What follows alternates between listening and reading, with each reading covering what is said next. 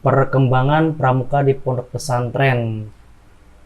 Kak, ini kakak bicara tentang pondok pesantren modern secara keseluruhan atau pondok pesantren di Maju Sajat saja? Perbedaannya mencolok gimana dengan pramuka luar pondok pesantren? Jauh banget, jauh banget. Makanya ketika saya lulus dari sekolah luar, tahu masuk pondok pesantren, saya sendiri sih udah niat banget nggak mau masuk pramuka lagi. Kenapa?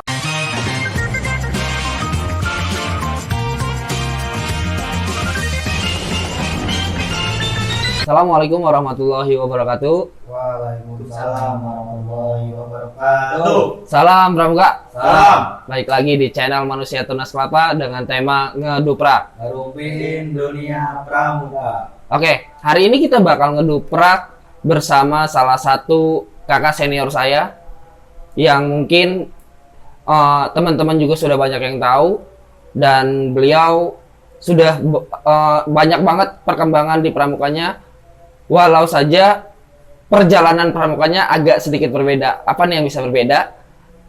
Siapa lagi kalau bukan Kak Tatang Jalaluddin. Apa kabarnya Kak? Alhamdulillah baik Kak Rizwan. Kak, kesibukannya apa nih Kak? Lagi masa-masa seperti ini? Masa-masa pandemi apa masa-masa apa ini? Masa-masa ya begini aja Kak. Ya ini kan dibilang pandemi enggak, dibilang new normal juga banyak yang nggak pengen new normal gitu kan. Ya alhamdulillah kalau saya sendiri sih di pondok pesantren pandemi tetap berkegiatan, tetap masuk kelas ya biasa kegiatannya mengajar. Kalau kemarin kita habis latihan-latihan Hubatul Aras, persiapan menerima santri baru. Ya seperti kayak biasa, dalam artian seperti biasanya itu kita seperti ya nggak ada pandemi lah. Gitu, Kak. Kak, perkembangan pramuka di pondok pesantren itu gimana sih Kak? Perkembangan pramuka di pondok pesantren. Di pondok pesantren sebenarnya saya juga bingung kalau perkembangan dengan kalau misalkan perkembangan dibedain dengan luar atau kita bingung ya. Kalau misalkan perkembangan di pramuka pondok pesantren sendiri sih ya alhamdulillah setiap apa ya bahasanya itu berkembang. Berkembangnya itu maksudnya kakak berkembang di mananya nih? Jadi kan kalau misalkan kayak di sekolah-sekolah luar nih Kak, sekolah-sekolah luar saat adanya masa-masa seperti ini, itu ada yang namanya pramuka latihan online. Nah, terus kan kalau misalkan kayak di pondok pesantren sendiri Kak, kan kayak KBM itu sudah berjalan ya Kak? Ya betul. Apakah pramukanya juga tetap berjalan atau ngikutin aja lah gitu? Oh iya. Sebenarnya kalau di pondok pesantren sendiri ya berjalan belajar udah berjalan, makanya pramuka pun ya udah berjalan seperti biasa gitu ya. Karena pramuka sendiri kalau di pondok pesantren termasuk pendidikan sendiri. Dalam artian jam mengajar 1 jam dalam 1 minggu itu diganti dengan kegiatan pramuka. Gitu. Terus terlebih lagi mungkin kalau sekarang kita belum aktif berkegiatan pramuka karena kita awal-awal baru ini fokus ke penerimaan santri-santri baru berkegiatan kayak Hubatul Aras, kayak mungkin panggung gembira, kayak perkhutbah di pramuka sendiri. Nah mungkin seperti itu Kak. Kak, ini kakak bicara tentang pondok pesantren modern secara keseluruhan atau pondok pesantren di Maju Sajat saja? Saya mungkin secara keseluruhan sih. Secara keseluruhan ya? Ya karena kita pondok pesantren mungkin semuanya hampir sama ya. Dan artinya hampir sama itu pondok pesantren itu kita tuh nginduknya ke Gontor. Ya mungkin seperti itu kan. Dalam artian hampir semua itu sama seluruh Indonesia. Kalau pondok pesantren itu kayak kita. Kalau perbedaan yang mencolok tersendiri Kak, ada nggak sih Kak menurut kakak, kan karena kakak dulu setahu saya kakak sekolah MTS atau sekolah menengahnya itu kan di luar, di MTS. Kakak SMA terus langsung di pondok pesantren dan berkembang langsung pesat tuh pramuka pondok pesantrennya. Menurut kakak ada nggak sih Kak perbedaan yang paling mencolok antara pramuka pondok pesantren dan pramuka di sekolah di luar? Kalau menurut saya pribadi mungkin kita bicara pengalaman ya. Mungkin kalau menurut penilaian masing-masing saya yakin berbeda-beda ya. Betul. Berbeda-beda penilaian masing-masing. Terus juga mungkin menurut pemikiran dianya juga berbeda-beda ya. Tapi kalau ini hanya berbicara pengalaman saya sendiri. Karena saya dulu ketika SMP betul saya dulu pernah berkegiatan pramuka di SMP luar. Menurut saya yang berkesan dulu itu ketika saya SMP di luar pramukanya. Karena dulu ketika saya cerita kelas 1 MTS itu saya belum suka ke pramuka. Bahkan saya suka ke pramuka itu ya gara-gara kakak kelas saya. Dulu ada yang mengajak di kelas, siapa nih mau ikut kemah? Akhirnya kan kita, wah kemah nih seru nih, kita ikut kemah. Biar seru-seruan sama teman-teman. Ketika udah seru sama teman-teman, ternyata faktanya lain di lapangan.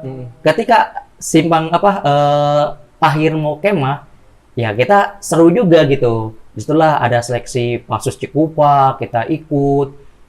Terus perbedaannya mencolok gimana dengan pramuka luar pondok pesantren? Jauh banget. Makanya ketika saya lulus dari sekolah luar, tahu-tahu masuk pondok pesantren, saya sendiri sih udah niat banget nggak mau masuk pramuka lagi. Kenapa? Karena jiwa pramuka saya udah di luar, gitu kan.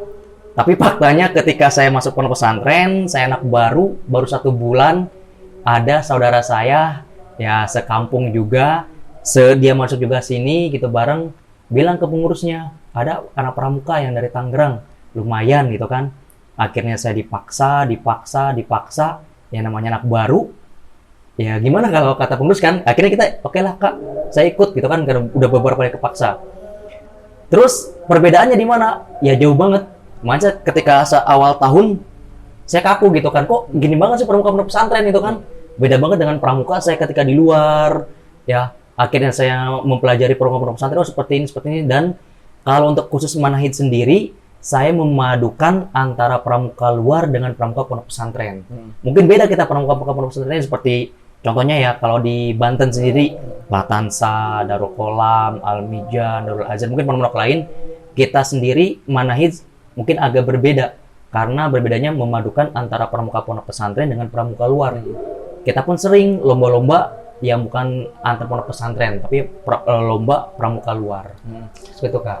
Kalau dari segi latihannya sendiri kak, kan kalau di tempat di sekolah umum itu kan ada yang namanya sistem blok, sistem reguler dan sebagaimana itulah kurikulum 2013 ya ada Permendikbudnya. Kalau di pondok pesantren sendiri kak, itu diterapkan nggak sih kak atau kita punya prinsip atau aturan yang berbeda gitu?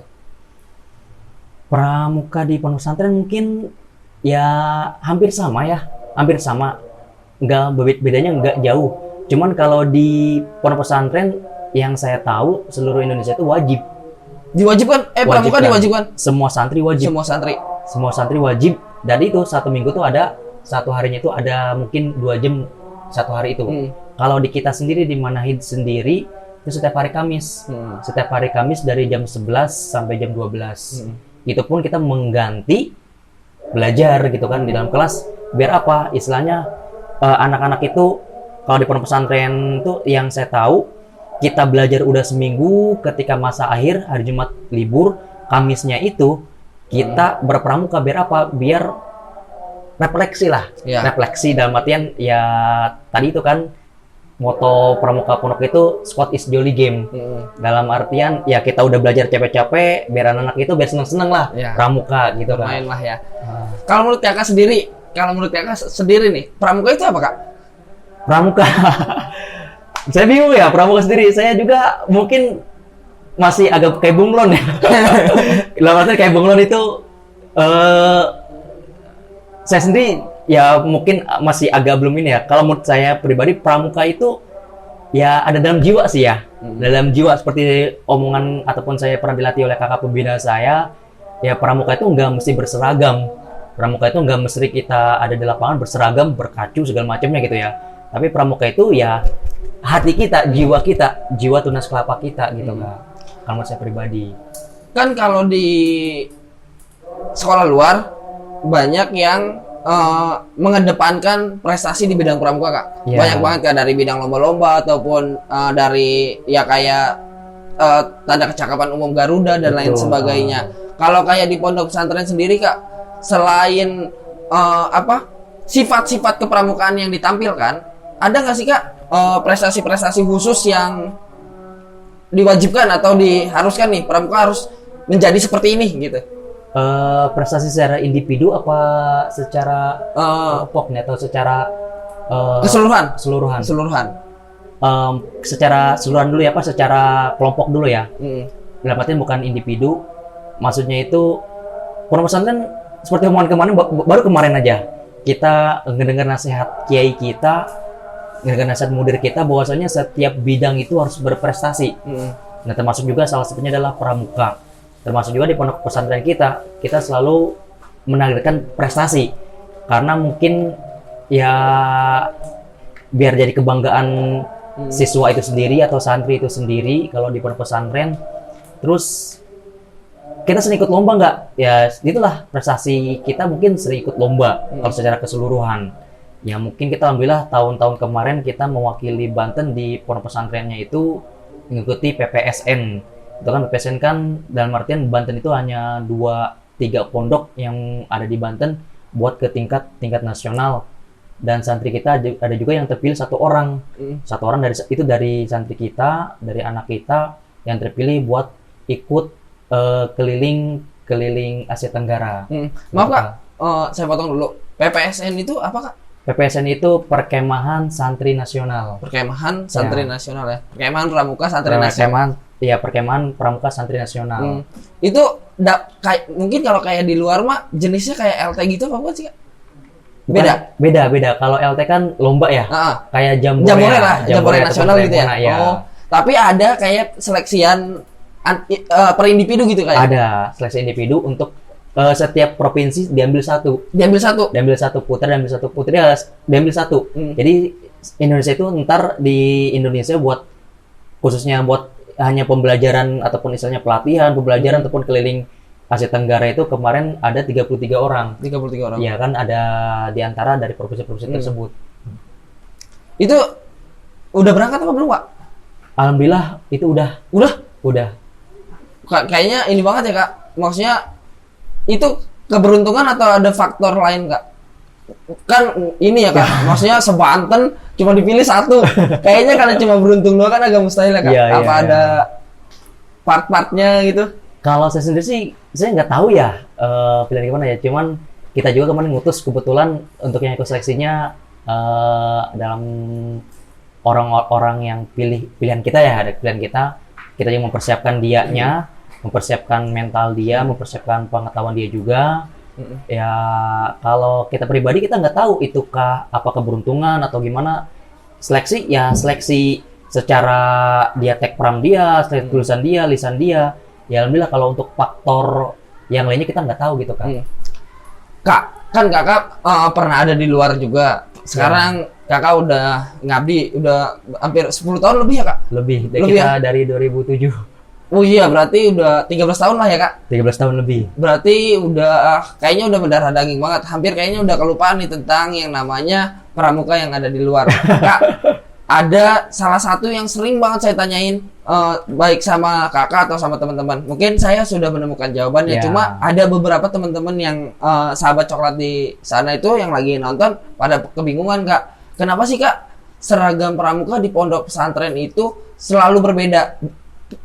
Mungkin tahun-tahun belakang, Kak, banyak yang bilang bedanya beda di warna.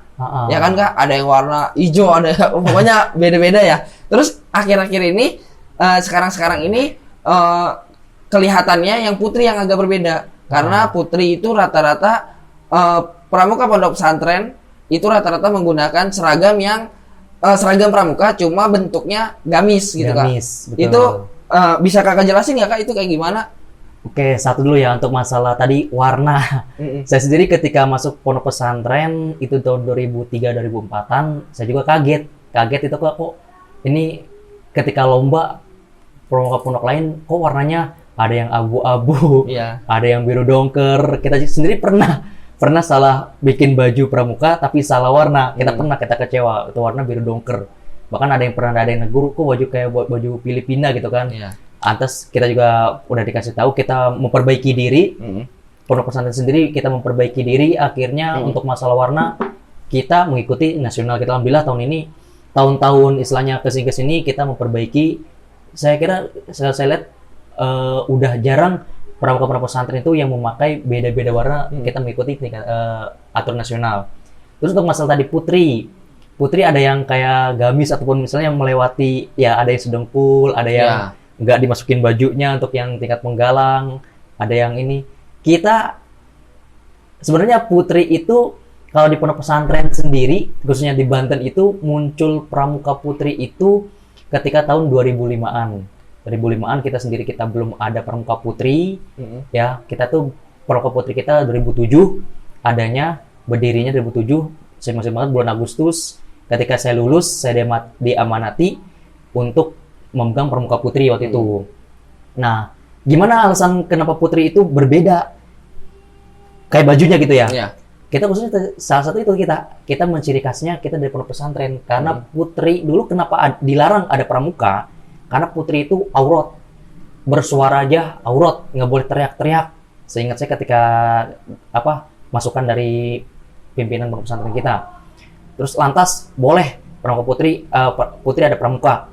Nah sekarang seragamnya yang ditekankan yang penting itu putri seragamnya nggak boleh berbentuk tubuhnya, kan tadi itu menutup aurat tadi itu, gitu. Kita intinya berbeda tapi tetap sih. Meskipun beda itu kita tetap kita selalu mengikuti aturan pemerintah meskipun tadi itu beda, kita sendiri mengikuti aturan pondok pesantren kita sendiri, Kak. Tapi seluruh pondok pesantren nggak ada aja gitu tapi yang taat gitu sama itu atau gimana? Kalau saya pengalaman sih hampir seluruh pondok pesantren, Kak. Hampir seluruh pondok pesantren berbentuk yang untuk putri gamis ya, Kak? Gamis. Penggalang penegak atau penggalang maupun penegak? Oh, dua-duanya. Dua-duanya. Soalnya kan, ya pasti kakak juga tahu kalau di luar sana kalau untuk tingkat penggalang baju putri dimasukin kayak baju putra. Tapi kalau untuk putri jadi kayak jas gitu ya, Kak, di sininya. Suster kayak bidan gitu. Kak, ada larangan nggak sih, Kak? Misalnya nggak nyampe ke tingkat nasional, bahkan peserta didik Kak ada yang berangkat nyampe ke keliling Asia. Itu ada nggak sih, Kak? Larangan atau teguran gitu? Teguran lah gitu. Kalau untuk putri kita pakai sampai kayak gamis ataupun selutut itu belum pernah ada. Belum pernah ada larangan ya, karena kita sendiri yakin sih yang penting kan pramuka putri itu ya tadi itu ini mungkin dari pondok pesantren, ini aturan dari pondok pesantrennya. Kecuali warna, kalau warna gitu kita pernah dari putra ya, kita pernah ada teguran gitu ya dari Kuarcap, dari Kuarda kita pernah ada teguran. Tapi kalau untuk putri sampai saat ini kita sering ikut lomba belum pernah ada teguran itu, Kak. Kakak setuju nggak kalau misalkan SK 174 itu dirubah tentang seragam? Jadi kita bisa memasukkan seragam santri biar kita nggak terlalu terlihat. Ada tuh jelas kalau misalkan, nggak banyak loh, Kak. Nggak sedikit juga sekolah luar yang jiwa kesantriannya itu melekat banyak. Jadi ya kadang suka ada yang menggunakan hijab dengan syar'i gitu, ada juga. Tapi kita sering kalau di luar kebenturnya sama yang namanya SK 174 itu Kakak setuju nggak sih, Kak, kalau misalkan harus direvisi? Karena ya pondok pesantren juga nggak bisa dibilang minoritas, kalau misalkan di Indonesia itu bisa dibilang mayoritas. Bahkan kita merdeka juga kan berkat para ulama, kiai dan santri ya, Kak. Itu gimana kalau menurut Kak? Kalau menurut saya sih ya setuju banget dengan aturan ya istilahnya SK tadi yang Kakak sebutkan itu ya direvisi ataupun bisa jadi dirubah sedikit khususnya untuk putri ya. Untuk putri ya saya sih setuju banget, Kak. Iya, karena di SK 174 itu jelas sih, Kak, sebenarnya menurut saya jelas, cuma kurang detail. Di sana udah ada pramuka muslim menggunakan seragam ini. Cuma kan kalau misalkan muslim di luar dengan mungkin di pondok pesantren itu kan jauh berbeda. Kalau di sana hanya sekedar menggunakan hijab cukup, kalau di sini menggunakan hijab tidak boleh berbentuk gitu kan, Kak ya. Kak, kalau kayak konsep pendidikan sendiri, Kak, di konsep pramuka apalagi kan diwajibin. Itu gimana, Kak, konsep teknik atau konsep pendidikannya seperti apa? Di pondok kita ya ataupun pondok pesantren ya? Saya kira di semua pondok pesantren hampir sama sih, karena kita mungkin ngiblatnya ke Gontor ya. Pondok pesantren itu ya semuanya se-Indonesia, saya yakin semuanya ngiblatnya ke Gontor. Kita sama sih. Konsep pendidikannya itu ya jelas satu,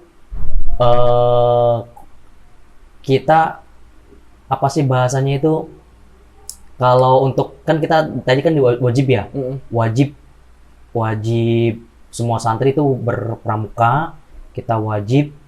Untuk konsepnya sendiri sih yang penting apa ya, santri itu tadi itu bisa paham tentang ya semua ilmu-ilmu yang ada di pramuka, kayak tepram, kayak istilahnya aturan-aturan apel ataupun baris berbaris, atau misalkan ya kalau cara ataupun ininya sendiri, kita semua menggunakan, banyak yang menggunakan itu sistem lapangan, Kak. Sistem lapangan, misalnya contoh hari Kamis kita sendiri udah apa, di situ setiap ini ada silabusnya. Misalkan contoh minggu ini kita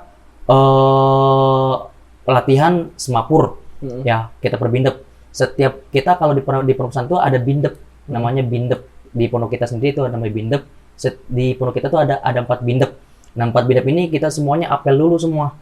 Setiap mau pramuka itu, setiap mau pramuka di kita hari Kamis misalkan udah apel semua, baru kita pencar per kelas. Nah, setiap kelas itu silabus kita berbeda-beda gitu. Kak, bindep itu bisa dibilang regu nggak, apa beda? Apa sudah menyeluruh kah sekarang? Semua pondok pesantren modern nih rata-rata kepramukanya masuk ke dalam unsur pendidikan sama kayak di pondok pesantren Manhajus Sadat atau gimana, Kak? Pimpinan pondok pesantren kan kalau di kita nih, Kak, kepala sekolah Ya, itu berarti mabigus. ambigus. Kalau di sini pimpinan pondok pesantren itu mabigus juga atau ada lagi, Kak?